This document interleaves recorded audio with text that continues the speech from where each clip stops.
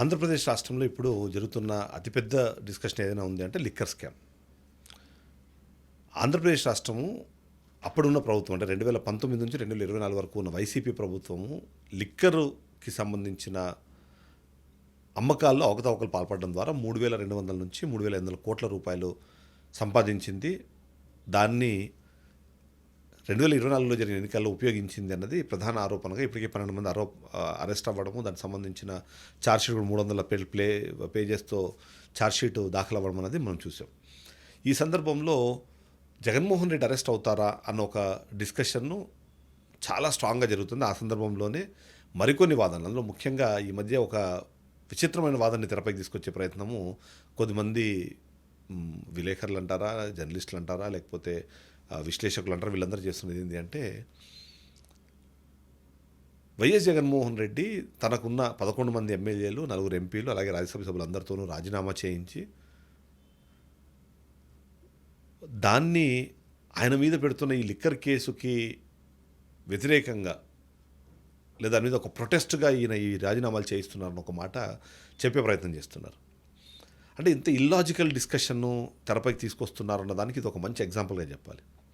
ప్రస్తుతం ఉన్న పరిస్థితుల్లో వైఎస్ జగన్మోహన్ రెడ్డి 151 స్థానాల నుంచి 11 స్థానాలు పడిపోవడము, ఎంపీలు కేవలం చాలా కష్టపడి 4గురితో ఇవాళ నెట్టుకొస్తున్న నేపథ్యంలో కేంద్ర ప్రభుత్వంలో ఎంతో కొంత ఆయన మాట్లాడాలి, కేంద్ర ప్రభుత్వంతో ఎంతో కొంత నెగోషియేట్ చేయాలి అంటే ఉన్న ఆప్షను ఆ 4 పార్లమెంట్ సభ్యులు, అలాగే రాజ్యసభ సభ్యులు. ఉన్న వాళ్ళని ఉన్న ఒక ఆయుధాన్ని వదులుకొని వాళ్ళతో రాజీనామాలు చేయించి ఆ ప్లేస్లో బీజేపీనో, టీడీపీనో, జనసేన వాళ్ళనో గెలిపించి జగన్మోహన్ రెడ్డి ఎందుకు అస్త్ర సన్యాసం చేస్తాడు? ఎందుకు ఈ చిన్న లాజిక్ ఎవరికి అర్థం కావట్లేదో నాకే తెలియట్లేదు.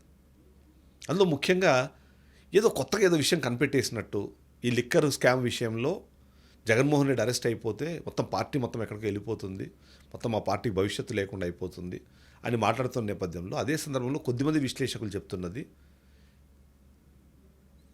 అతి తక్కువ మంది ఉన్నప్పుడు, అంటే తను ఎమ్మెల్యేగాను తన ఎంపీగాను తన తల్లి ఎమ్మెల్యేగా ఉన్నప్పుడు ఆ సందర్భంలో అరెస్ట్ చేసి 13 నెలల పాటు జైల్లో ఉంచితేనే బయటకు వచ్చి ప్రతిపక్ష నాయకుడిగా ఒకసారి, ముఖ్యమంత్రిగా మరొకసారి గెలిచిన వ్యక్తి 1,00,000 కోట్ల రూపాయల ఆరోపణలకు సంబంధించి మాట్లాడినప్పుడు, 43,000 కోట్లకు సంబంధించిన అవకతవకల గురించి డిస్కషన్ జరిగినప్పుడు, 1,300 కోట్ల రూపాయల అవకతవకలు జరిగాయని చెప్పి ఛార్జ్షీటుల్లోనూ, కేస్ ఫైల్స్లోనూ, రిమాండ్ రిపోర్టుల్లో రాసినప్పుడు ఇంత పెద్ద ఆరోపణ వచ్చినప్పుడే ఆయన ఎదుర్కొని ముందు నిలబడ్డాడు. అలాంటిది కేవలం 3,200 నుంచి 3,500 కోట్ల రూపాయలకు సంబంధించిన డిస్కషన్, అందులో కేవలం 65 కోట్ల రూపాయలకు సంబంధించిన ఆధారాలు మాత్రమే సంపాదించగలిగిన ఒక కేసులో ఆయన అరెస్ట్ చేసి లోపల పెట్టి తద్వారా ఆయన రాజకీయంగా ఆయన భవిష్యత్తు మొత్తాన్ని సర్వనాశనం చేసుకుంటారని విశ్లేషకులు వినిపిస్తున్న మాటలు నవ్వుతున్న వాళ్ళు వైసీపీ నాయకులు ఉన్నారు, అలాగే విశ్లేషకులు కూడా ఉన్నారు.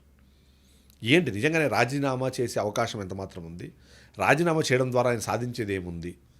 ఆ ప్రశ్నకు సమాధానం కామన్ సెన్స్ ఉన్న ఎవరికైనా అర్థమైపోతుంది. ఏంటంటే ఆయన దగ్గర ఉన్న ఆయుధమే ఆ పార్లమెంట్ సభ్యులు, ఆ రాజ్యసభ సభ్యులు.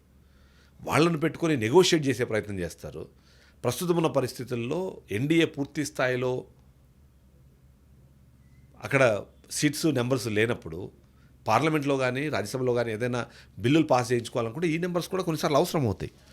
ప్రస్తుతం ఉన్న పరిస్థితుల్లో వైఎస్ జగన్మోహన్ రెడ్డి 2014 నుంచి 19 దాకా కూటమిలో వ్యతిరేకంగా ఉన్నప్పుడు కూడా ఆయన ఎప్పుడు బీజేపీని విమర్శిస్తున్నా, వ్యతిరేకిస్తున్నా పెద్దగా స్టేట్మెంట్ చేసిన 1-2 సందర్భాలు తప్ప మిగిలిన అన్ని సందర్భాల్లోనూ అప్పుడు కూడా బీజేపీకి సపోర్టివ్గానే ఉన్నారు. ఇంకా 19 నుంచి 24 వరకు అయితే దాదాపుగా అన్ని బిల్లులకి వైసీపీ జై కొట్టిందన్న ప్రతి ఒక్కరికి తెలుసు. అలాంటి నేపథ్యంలో ఇప్పుడున్న ఈ పార్లమెంట్ సభ్యుల్ని రాజీనామాలు చేయించి ఆయన మళ్ళీ ఎందుకు అస్త్ర సన్యాసం చేస్తారు? ఆయన ఏమీ అవకాశం లేకుండా ఒట్టి చేతులతో ఎందుకు నిల్చుంటారు? ఇప్పుడున్న పరిస్థితుల్లో పార్లమెంట్ ఎన్నికలు జరిగినా, రాజ్యసభ ఎన్నికలు జరిగినా, ఏం జరిగినా సరే అది వన్ సైడెడ్గా కూటమికి వెళ్ళిపోతాయన్నది ఆయన కూడా తెలుసు. గెలిచిన 4 ఎంపీల్లో ఒక ఎంపీ ఆల్రెడీ ఇప్పటికే జైల్లో ఇంకొక ఎంపీ పోరాడుతున్నారు. మిగిలిన 2 ఎంపీలు ఎవరు ఉన్నది ఒకవేళ టక్కని పేరు చెప్పమంటే 2 పేర్లు చెప్పడం కూడా కష్టం, ఎందుకంటే వాళ్ళు పెద్దగా యాక్టివ్గా లేరు.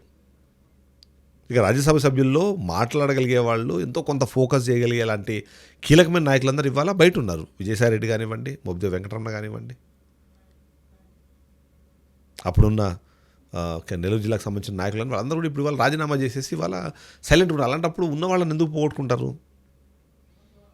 సరే, ఈ విశ్లేషణలు చేసే వాళ్ళకి ఒక్కొక్కసారి ఏమవుతుంది అన్నది వస్తే పక్కన పెట్టేస్తే ప్రస్తుతం జగన్మోహన్ రెడ్డి అరెస్ట్ అయ్యే అవకాశం ఉందా? అరెస్ట్ చేయాలన్న ఆలోచన కూటమి ప్రభుత్వానికి రాష్ట్రంలో ఉన్నా సరే కేంద్ర ప్రభుత్వం దానికి సహకరిస్తుందా అన్న ప్రశ్నకు సమాధానం చాలామంది చెప్పే ప్రయత్నం చేస్తారు. ఎందుకంటే 2014 నుంచి 2019 మధ్యలో ఉన్న లిక్కర్ స్కామ్కి సంబంధించి కూడా ఒక కేసు నమోదైంది. అది ఎంతమంది గుర్తుందో నాకు తెలియదు, కానీ మేబీ క్రైమ్ నెంబర్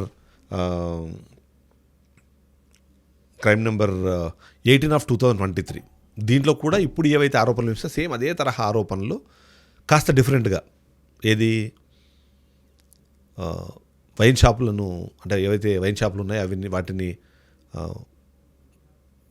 పారదర్శకంగా కాకుండా ఫోర్స్బుల్గా నిర్వహించారని, అప్పుడున్న ఈ గీత కార్మికులు వీళ్ళందరినీ బెదిరించి ఆ వ్యాపారాన్ని మాన్పించారని, కొత్త కొత్త బ్రాండ్లను తెరపైకి తీసుకొచ్చారని, పెద్ద పెద్ద బ్రాండ్లని తొక్కేసే ప్రయత్నం చేశారని.